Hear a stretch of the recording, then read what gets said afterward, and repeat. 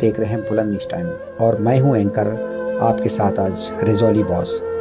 बाराबंकी से आई ये खबर सिर्फ एक घटना ही नहीं, ये एक सवाल है इस सिस्टम पर, इस कानून पर और हमारी चुप्पी पर।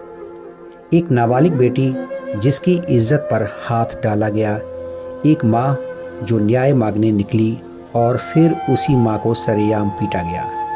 खून बहा, टाँके लगे, लेकिन इंसाफ अब भी लहूलुहान है।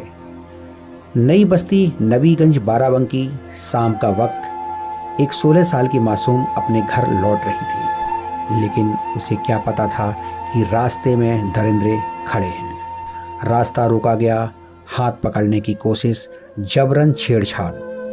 किसी तरह वो बचकर घर पहुंची, डरी हुई, सहमी हुई, टूटी हुई।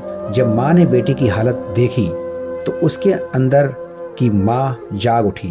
वो न्याय मांगने गई, लेकिन उसे क्या पता था कि वहाँ इंसाफ नहीं, इंसानियत का कत्ल होने वाला है।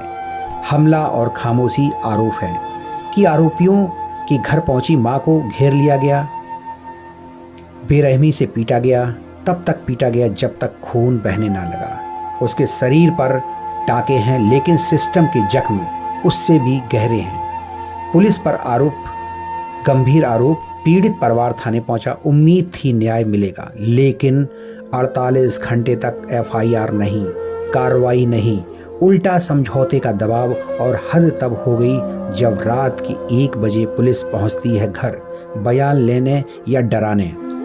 एक डरी हुई माँ, एक सहमी हुई बेटी और दरवाजे पर खड़ी पुलिस। क्या यही है मिशन सख्त की हकीकत? दबंग का कनेक्शन, पीड़िता का बड़ा आरोप, आरोपियों को एक दबंग का संरक्षण जो हाल ही में जमानत पर बाहर आया है। क्या इसी दबाव में दब रही है ये आवाज़? एसपी से गुहार। जब हर दरवाज़ा बंद हुआ तो पीड़ित परिवार पहुंचा एसपी के पास, जहां मिला कार्रवाई का भरोसा। लेकिन सवाल वहीं, क्या ये भरोसा हकीकत बनेगा या फिर एक और केस फाइलों में दफन हो जाएगा?